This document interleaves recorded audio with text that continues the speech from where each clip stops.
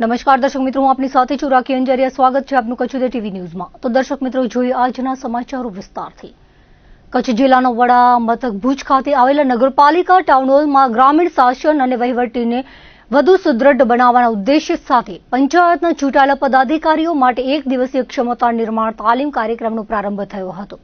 રાજ્યના પંચાયત અને ગ્રામ વિકાસ વિભાગ દ્વારા આયોજિત આ શિબિરમાં જિલ્લા અને તાલુકા પંચાયતના ચૂંટાયેલા પ્રતિનિધિઓ ઉપસ્થિત રહ્યા હતા. આ તાલીમ સત્રમાં ઉપસ્થિત પ્રતિનિધિઓનું નોંધણી અને સ્વાગત કરાયું હતું. ત્યારબાદ ઉપસ્થિત મહાનુભાવોના હસ્તે વૈદિક મંત્રોચ્ચાર અને દીપ પ્રાગટ્ય સાથે કાર્યક્રમનો પ્રારંભ કરાયો હતો. સ્થાનિક આગેવાનો અને અધિકારીઓ દ્વારા મંચ પર બિરાજમાન તમામ અતિથિઓનું પુષ્પગુચ્છ અને સ્મૃતિચિહ્ન અર્પણ કરીને ભાવભીનું સન્માન કરાયું હતું.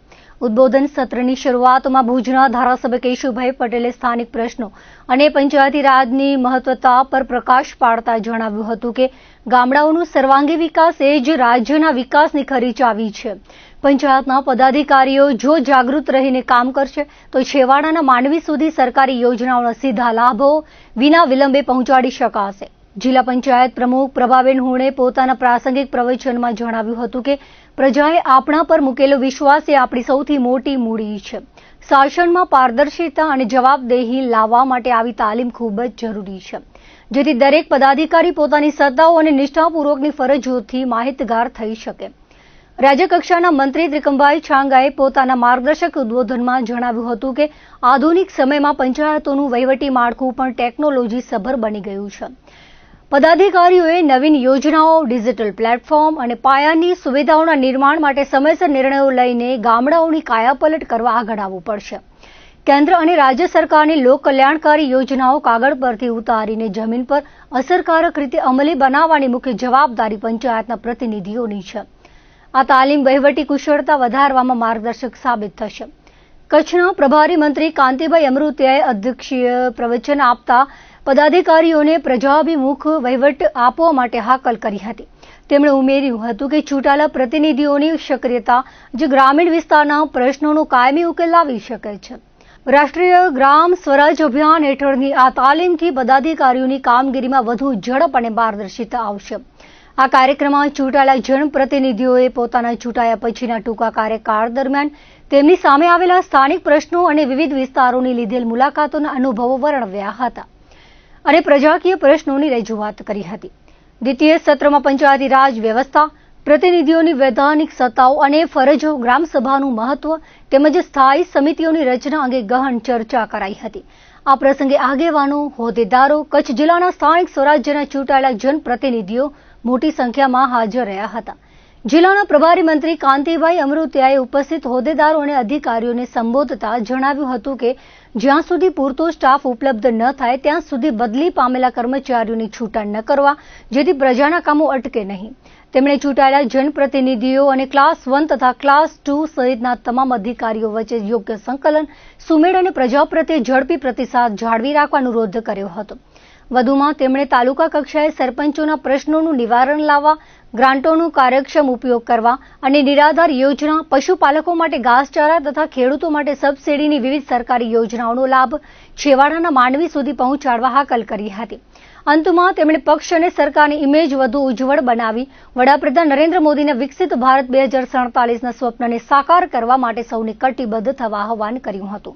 આજે આ રાજ્યના મુખ્યમંત્રી ભાઈ શ્રી ભૂપેન્દ્રભાઈ અને હર્ષભાઈ દ્વારા સમગ્ર ગુજરાતમાં જિલ્લા પંચાયત, તાલુકા પંચાયતના ચૂંટાયેલા સભ્યોનો અભ્યાસ વર્ગ, એ રાજકીય વાત, અધિકારીની વાત, નવા જે પ્રશ્નો હોય અને વિકાસના કામ કઈ રીતે કરવા, સિસ્ટમ કરવી, કઈ રીતે વિકાસના સારા કામ થાય, અધિકારી અને ચૂંટાયેલા પ્રતિનિધિને તાલમેલ થાય અને સરકારની અલગ અલગ જે ગ્રાન્ટ હોય એવી હોય એ વિકાસના કામ તાલુકા પંચાયત, જિલ્લા પંચાયત અને સરપંચ દ્વારા થાય અને એની જે ક્વોલિટી થાય અને જે ગ્રાન્ટ આવી પૂરેપૂરી વપરાય એના માટે તમામ જિલ્લા પંચાયતના સભ્યો, તાલુકા પંચાયતના સભ્ય, તાલુકા પંચાયત પ્રમુખની જે ક્વોલિટી એટલે આશરે 200 અમારા ચૂંટાયેલા પ્રતિનિધિની એમની સાથે અધિકારીનો આખો દિવસનો અભ્યાસ વર્ગ છે અને એના આધારે આવતા દિવસોમાં કચ્છ જિલ્લામાં સારામાં સારા કામ થાય અને ક્વોલિટી થાય એના માટેની આજે મિટિંગ હતી. પ્રશ્નો અમે લીધા આવ્યા.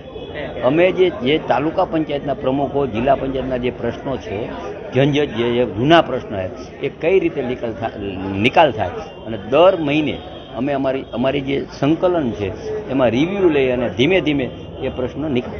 નમસ્કાર. આજે જિલ્લા પંચાયત અને તાલુકા પંચાયતના નવનિર્વાચિત હોદ્દેદારો અને સદસ્યો માટેની કચ્છના પ્રભારી મંત્રી આદરણીય કાંતિભાઈ મુરતિયાની ઉપસ્થિતિમાં ક્ષમતા નિર્માણ માટેની એક તાલીમ કાર્યક્રમનું આયોજન ભુજ નગરપાલિકા ટાઉન હોલ મધ્યે કરવામાં આવ્યું હતું. આજનો આ કાર્યક્રમમાં તાલુકા પંચાયત અને જિલ્લા પંચાયતના સૌ તમામ પદાધિકારીઓ માટે આવતા દિવસોમાં કામ કરવા માટેની દિશા મળે, તાલીમ મળે, એમની જવાબદારી સુપેરે નિભાવી શકે એ માટેની તાલીમ મળે અને સક્રિયતાથી કામ કરે જનકલ્યાણ માટે. અને જે રીતે દેશના પ્રધાનમંત્રી આદરણીય નરેન્દ્રભાઈ મોદી સાહેબ અને રાજ્યના લાડીલા મુખ્યમંત્રી આદરણીય ભૂપેન્દ્રભાઈ પટેલ સાહેબ અને નાયબ મુખ્યમંત્રી આદરણીય હર્ષભાઈ સંઘવી સાહેબની જે પ્રકારે કચ્છ પ્રત્યેની વિશેષ લાગણી છે એ લાગણીને લઈને સૌ સાથે મળીને આવતા દિવસોમાં સ્વચ્છ કચ્છ, સમૃદ્ધ કચ્છ, શાંત કચ્છ અને સફળ કચ્છના નિર્માણની દિશામાં સૌ સાથે મળીને આ કાર્યક્રમના માધ્યમથી પ્રયત્ન કરીએ એવા પ્રકારની નેમ આજના દિને વ્યક્ત કરવામાં આવી. કચ્છ સહિત રાજ્યના તમામ જિલ્લાઓમાં ગત 26 એપ્રિલે તાલુકા અને જિલ્લા પંચાયતની ચૂંટણીઓ યોજાઈ હતી, જેનું 28 એપ્રિલના રોજ પરિણામ જાહેર કરવામાં આવ્યું હતું. સમગ્ર ચૂંટણી પ્રક્રિયામાં તંત્ર સાથે શિક્ષકો ઉપરાંત અન્ય કર્મચારીઓ જોતરાઈને દિવસ રાત જોયા વગર વિવિધ પ્રકારની કામગીરી સાંગોપાંગ પાર પાડી હતી. પરંતુ ચૂંટણીને 3 માસ ઉપરનો સમય થઈ ગયો હોવા છતાં ભુજ તાલુકાના શિક્ષકો કે જેઓ તાલુકા અને જિલ્લા પંચાયતની ચૂંટણીમાં વિવિધ પ્રકારની કામગીરી સાથે ફરજ બજાવેલ હતી, તેમને હજુ સુધી મહેનતાણાની રકમ તેમના ખાતામાં જમા ન થતા સંબંધિતોમાં નારાજગી ફેલાઈ છે. પ્રાપ્ત માહિતી અનુસાર ચૂંટણી કામગીરીની ગ્રાન્ટ ગત જૂન મહિનામાં ફાળવાઈ ગઈ હતી, જેમાંથી પ્રિસાઇડિંગ અને પોલિંગ ઓફિસર તરીકે ફરજ બજાવતા કર્મચારીઓની મહેનતાણાની રકમ મળી ગઈ છે. જ્યારે એના સિવાય ઝોનલ અધિકારી મદદનીશ, ઝોનલ અધિકારી, receiving, dispatching, counting master, trainer, postal ballot, mark copy, ઇફ્સ પ્રિપરેશન, ઇફ્સ ફાળવણી અને સીલિંગ વગેરે પ્રકારની મહત્વની કામગીરી જેમણે કરેલી છે એવા શિક્ષકો સહિતના કર્મચારીઓને હજુ મહેનતાણાની રકમ મળી નથી. પ્રાપ્ત માહિતી અનુસાર ભુજ નગરપાલિકા સહિત જિલ્લાની અન્ય નગરપાલિકા, મહાનગરપાલિકાઓ ઉપરાંત કચ્છના અન્ય તાલુકાઓમાં પણ જિલ્લા અને તાલુકા પંચાયત ચૂંટણીની કન્યા કામગીરીનું મહેનતાણું જમા થઈ ગયેલ છે. માત્ર ભુજ તાલુકામાં જ બાકી છે. આ બાબતે આજે કચ્છ જિલ્લા પ્રાથમિક શિક્ષક સંઘના પ્રમુખ સહિતના ભુજ ગ્રામ્ય મામલતદાર કચેરીએ રૂબરૂ રજૂઆત કરવા ગયા હતા. જોકે મામલતદાર હાજર ન મળતા આ કામગીરી સંભાળતા હિસાબી કારકુન પાસે સંગઠન દ્વારા આક્રમક રજૂઆત કરવામાં આવી હતી અને જો 7 દિવસમાં ચૂંટણી કામગીરી અંગેનું મહેનતાણું સંબંધિત કર્મચારીઓના ખાતામાં જમા નહીં થાય તો આગામી દિવસોમાં પ્રાંત અધિકારી અને કલેક્ટર સમક્ષ પણ રજૂઆત સાથે ફરિયાદ કરવામાં આવશે. અને જરૂર જણાય ભવિષ્યમાં ચૂંટણી કામગીરીના બહિષ્કારનો આદેશ આપતા પણ સંગઠન અચકાશે નહીં તેવી ચીમકી આપવામાં આવી હતી. મધ્ય ભારત પર સક્રિય થયેલું ડીપ ડિપ્રેશન હવે ધીમે ધીમે પશ્ચિમ અને ઉત્તર પશ્ચિમ દિશા તરફ આગળ વધી રહ્યું છે. આ સિસ્ટમનો મુખ્ય માર્ગ મધ્યપ્રદેશના ઇન્દોરથી થઈને મધ્ય ગુજરાત અને ઉત્તર ગુજરાત તરફ રહેવાનો છે. હવામાન શાસ્ત્રી ઉત્તમ માળીના જણાવ્યા મુજબ સિસ્ટમ ઝડપી હોવાથી વરસાદનો આ રાઉન્ડ બહુ લાંબો સમય નહીં ખેંચાય, પરંતુ ટૂંકા સમયમાં મુસળધાર વરસાદ વરસાવી દેશે. કચ્છ જિલ્લાના સંદર્ભમાં જોઈએ તો 31 જુલાઈના પૂર્વ કચ્છ વિસ્તારથી વરસાદની પ્રવૃત્તિઓ શરૂ થઈ જશે. ખાસ કરીને 31 જુલાઈની રાતથી 1 ઓગસ્ટ સુધીનો સમયગાળો કચ્છ જિલ્લા માટે સૌથી વધારે ભારે રહેવાની શક્યતા છે. કચ્છના મોટાભાગના વિસ્તારોમાં છૂટાછવાયા સ્થળોએ અતિ ભારે વરસાદ પડી શકે છે, જેમાં રાપર, ભચાઉ, ગાંધીધામ, અંજાર, ભુજ, નખત્રાણા અને ખાવડા તથા તેની આસપાસના વિસ્તારોમાં સૌથી વધુ વરસાદ ખાબકી શકે છે. 2 ઓગસ્ટ પછી સિસ્ટમ આગળ વધી જતા વરસાદની તીવ્રતામાં ઘટાડો થશે, છતાં છૂટાછવાયા ઝાપટા ચાલુ રહેશે. વરસાદ દરમિયાન દરિયો તોફાની રહેવાની શક્યતા હોવાથી દરિયાકાંઠાના વિસ્તારોને સાવચેત રહેવા જણાવાયું છે. સાથે જ વીજળીના કડાકા ભડાકા સાથે વરસાદ થવાનો હોવાથી કચ્છના નીચાણવાળા વિસ્તારોમાં પાણી ભરાવાની સંભાવનાને પગલે લોકોને જરૂરી સાવધાની રાખવા અપીલ કરવામાં આવી છે.